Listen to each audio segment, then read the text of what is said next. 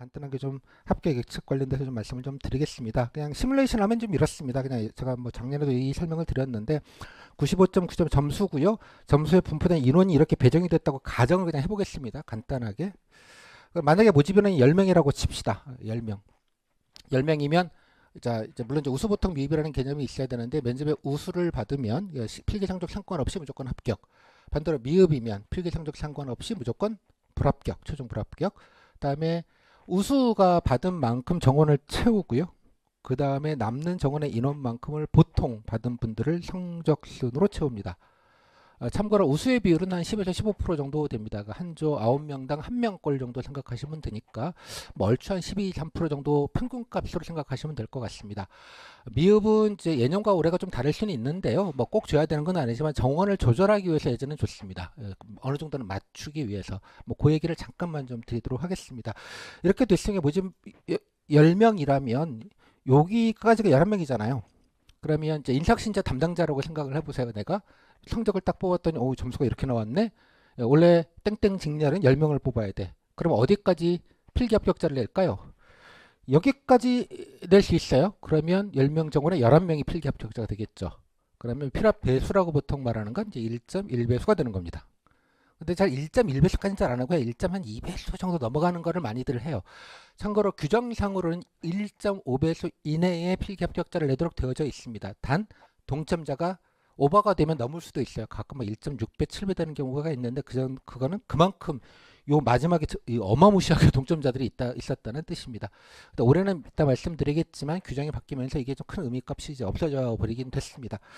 그럼 여기까지 자르기 좀 아쉽다 그러면 여기까지 자를 수도 있어요. 그럼 뭐 알 길은 없어요. 여기까지 잘랐다고 칩시다. 여기까지. 자, 여기까지 잘랐다고 치고 이렇게 됐을 경우에 자, 지금 합격 예측 사이트 기준으로는 인사혁신자 담당자가 여기서 자를지 여기서 자를지 어떻게 알아요? 알 수가 없죠. 그러니 이거를 이제 확률적으로 여기까지 할 때 필기 합격 확률은 뭐 몇 퍼센트, 뭐 표준 오차 플러스 마이너스 몇 프로 이렇게 원래 알려주는 게 통계적으로는 정확하게 알려주는 거긴데 여러분들이 뭐 표준 오차가 어떠네, 뭐 신뢰도가 어쩌나 이런 얘기 뭐 알 바 아니잖아요. 그래서 뭐 붙는다는 말이야, 안 붙는다는 말이야. 그래서 이거를 쉽게 번역해서 쓰는 말이 확실권, 유력권, 가능권이라는 표현을 쓰는 거예요. 그냥 단순하게. 됐을까요? 예, 여러분들 직관적으로 알 수 있게 확실권이면 이것도 제가 그냥 그냥 추론하는 겁니다. 확실권이면 근데 여기까지는 무조건 붙잖아요. 뭐 면접자 어디를 자르든 간에 확실해. 여기는 오케이 됐어요? 그래서 확실권이라고 하는 것이고요. 두 번째 유력권이면 요 정도 아닌가 싶어요. 요까지 여기를 요까지 포함하면 유력권.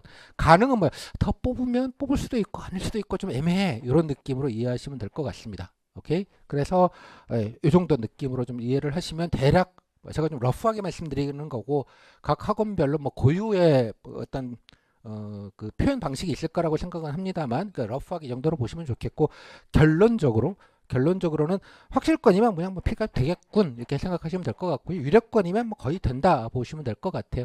이게 보통 이제 나중에 보면 실제로 최종 합격자, 그러니까 필기 합격자 발표가 나고 커트라인이랑 이런 게 다 공개가 됩니다. 물론 필기 합격된 분들은 그분의 점수대가 어딘지는 자기 사전 공개 점수라서 내가 그 점수는 알고 있지만 그 점수가 어디에 분포하는지는 알 길은 없어요. 아무튼 그래서 유력권까지면 그냥 뭐 붙을 가능성이 별로 높다 생각을 하셔서 그냥 뭐 면접 준비를 하시면 되겠다라고 이제 이해하시면 되겠고 가능권이면 잘 모르겠다.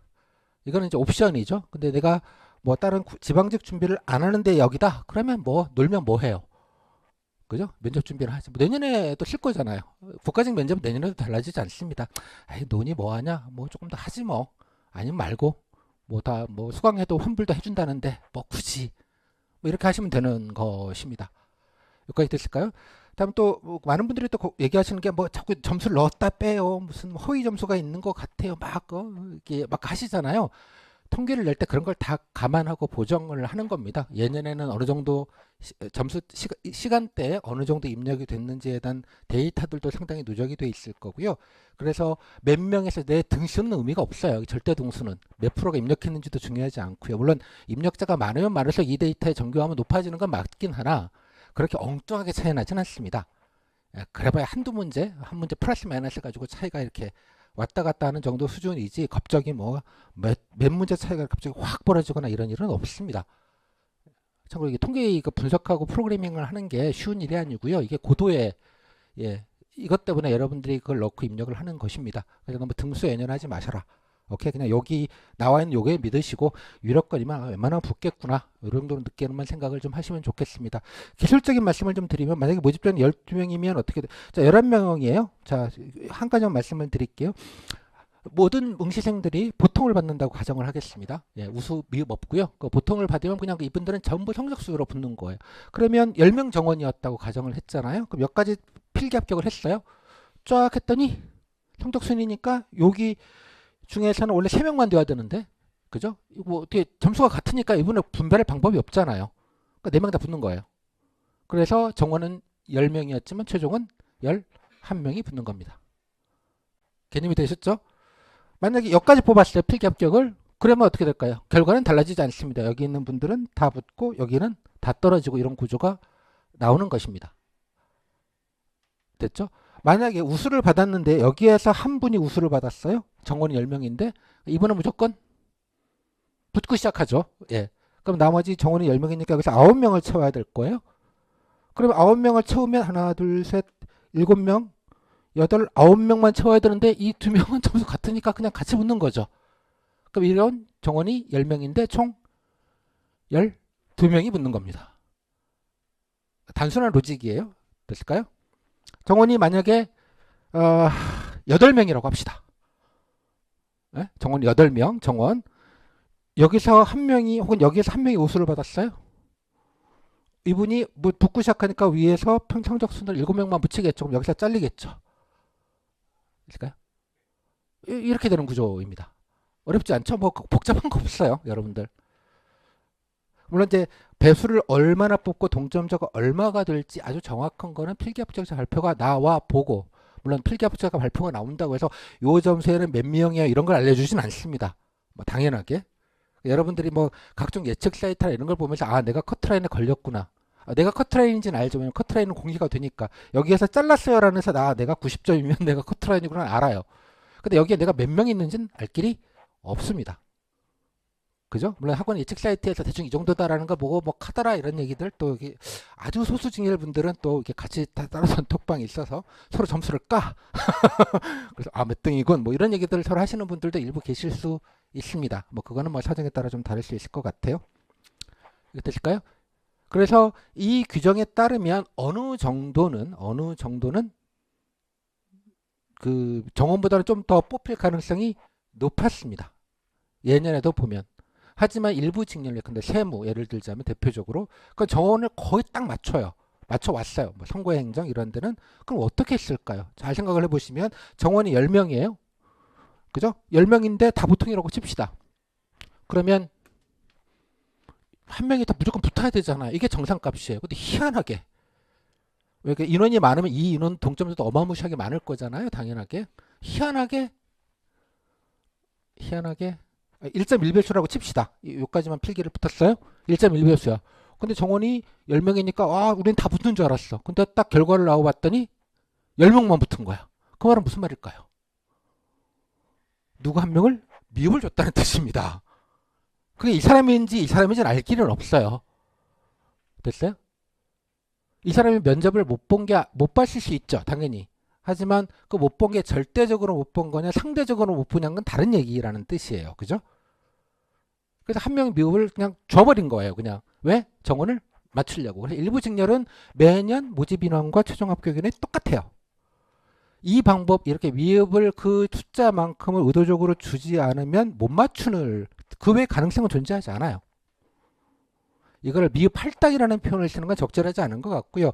적절하게 봐서 정원 이상을 뽑기가 어렵다. 특히 소수직렬이 그렇습니다. 왜냐하면 이게 자리가 정해져 있을 때 그 자리만큼을 뽑는 건데 더 뽑더라도 갈 자리가 없는 경우에는 문제가 생길 수 있으니까 무조건 맞추는 거예요. 일행이나 우정은 뭐 그만두는 분들도 많고 자리도 많으니까 좀 더 뽑거나 이게 이 탄력성이 좀 있는데 그렇지는 않아요. 세무는 왜 그러냐? 세무는 교육을 상당히 받아야 되기 때문에 교육인은 부상 때문에 아마 맞추는 걸로 보여요. 그래서 각 부처마다 사정은 달라요. 선거행정직은 왜 그런지는 잘 모르겠는데 거기는 법원분들이 많으셔서 무조건 규정대로 하는 걸 좋아하셔서 그런가? 뭐 그런 생각밖에 못하는데 매년 그냥 그대로 잘라요. 그렇지 않은 경우는 거의 없었습니다. 이런 약간의 직렬 특이성은 있다는 뜻으로 좀 이해를 해주시면 좋겠습니다. 됐죠? 제가 이렇게 설명을 드리는데 물론 아까 여기 때는 준비하시고 여기는 조금 이제 나중에 시간을 갖고 좀 하시죠 정도는 여러분들이 선택할 수 있는 정보이지만 그 이후에 내가 몇 명이 필압을 인사신청가 얼마를 하고 정원을 얼마나 조절할지는 여러분들의 의지가 일도 없습니다. 행정학에서 말하면 외부 요인이죠. 내 의지가 아무 상관없잖아. 물론 과거 예년 땡땡 직년은 늘 그래 왔다라는 건 뭐 제가 말씀드릴 수 있는 정도의 정보입니다. 여러분들이 그걸 알거나 고민한다고 해서 달라질 게 한 개도 없습니다. 됐어요? 그래서 선생님 보통 받아도 되는데 우수를 꼭 받아야 될까요? 알 수 없다는 뜻입니다. 대개의 경우. 그리고 보통 면접 준비와 우수 면접 준비가 글쎄 그게 다른가? 라에 대해서는 저는 회의적입니다. 뭐 절대 시간을 좀 더 쓸 수 있느냐 없느냐의 차이가 물론 있겠으나 퍼포먼스적으로 그렇게 질적 차이를 둘만 한가? 이에 대해서는 면접 아마 준비를 많이 해보시고 후기를 보시면 이제 조금 더 이해가 되실 부분이 좀 있을 것 같아요. 소용이 없다가 아니라 미리 난 보통 받을 이 정도만 해야지. 어? 우수 받는 사람은 하루에 10시간씩 면접 준비를 하고 보통 받는 사람은 5시간만 하면 보통 받는다. 이런 식으로 계량화가 되지 않는다라는 말씀입니다. 물론 절대적으로 준비는 필요하죠. 여러분 필기도 그러지 않았어요? 20시간 공부하는 애가 100점 받고 10시간 공부하는 애가 80점 받던가요? 그렇지 않아요. 면접도 시험이에요. 여기도 시험. 예, 일단 그 말씀은 드리겠습니다. 근데 이제 한 가지 이제 핵심은 요겁니다. 원래부터 바뀐 사항. 무슨 말이냐? 동점자가 됐으면 아까 말씀드린 대로 만약에 16명이 뽑았는데 정원이 12명이었다고 칩시다. 그러면 얘까지 다 얘가 붙으면서 전부 다 붙어버리는 구조가 나와서 이렇게 많이 뽑히게 되는 거예요. 됐죠? 그래서 이렇게 많이 뽑으면 안 되니까 일부는 한 2명, 3명은 미흡을 일부러 줘버리는 거예요. 그러면 어떻게든 3명은 떨어지니까 어디에 미흡을 줄지는 몰라도 여기만 미흡 준다는 게 아니에요, 여러분. 예, 어디에 미흡 주고 일단 빠져나가는 거잖아요. 떨어지니까. 그래서 넘치기는 하지만 과도하게 넘치지 않게 조절 어느 정도로 했습니다. 면접위원들 간에 서로 마지막에 합의를 통해서. 근데 지금은 그게 필요가 없어졌습니다. 이유는 이겁니다. 말씀드린 대로 잘 보시면 만약에 정원이 지금 현재 모집 정원이 지금 11명인데 13명이라고 칩시다.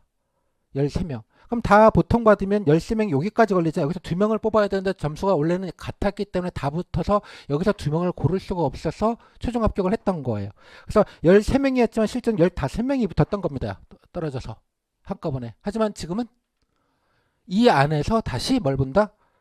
전공 과목 2과목의 성적이 높은 순으로 다시 여기를 가른다는 거예요. 그러면 성적 높은 사람 한 사람, 두 사람만 붙고 나머지는 떨어지는 구조가 나오는 거죠. 질적 구분을. 그래서 결론적으로 이거는 인사신청이나 면접인 입장에서는 너무 좋아요. 왜? 뭐 나중에 뭐 미흡 안 줘야 될 뭐 줄 건 아닌데 정원 맞추느라고 일부러 꼴등을 잡아서 미흡을 원래 후보자를 정해두라고 합니다. 미흡 후보자를. 미흡할 사람을 고르라는 게 아니라 여러분들 9명이 한 조가 되는데 9명이 한 명씩은 골라놓으라고 해요. 정원을 맞추기 위해서 누굴 줘야 되니까. 절대값이 미흡하는 게 아니라 상대적으로 그렇다는 뜻입니다. 되실까요? 50점을 받아서 미흡인 게 아니라 면접에서 90점을 받더라도 남들이 91점 이상이었으면 평점이 내가 90점인 게 미흡인 거예요. 이해가 됐을까요? 50점에서 미흡이 아니라. 근데 지금은 그럴 필요가 없어졌기 때문에 면접위원도 부담 없어 좋고 인사진지도 일 빨리 해서 좋고 뭐 그런 구조가 나온 것입니다. 물론 제가 이것은 인사신청가 일을 면접위원의 심적 부담을 줄여드리기 위한 제도라고 생각하지는 않습니다. 뭐 여러분 이제 들어가 보시면 알겠지만 그 아마 그 작년에 뭐 독서실에서 같이 공부했던 친구들 뭐 이런 분들 혹시 작년에 붙었던 분들 뭐 지방직은 말할 것도 없고 국가직까지도 이 시간 현재 임용이 안 된 분들이 꽤 계실 겁니다. 이유는 뭘까요? 예전에는 그냥 일단 뽑아놓고 정원 외로 그래서 뭐 수습이네 견습이네 이런 이름으로 해서 일단 발령을 내놓고 일을 시켰어요. 한두 달 뒤에. 하지만 지금은 작년 재작년부터 그렇지 않았습니다. 이유는 세상 문사가 복잡할 때는 모든 이유를 뭐로 따지면 돼요? 왜 이혼 사유 중에 가장 큰 게 성격차잖아요.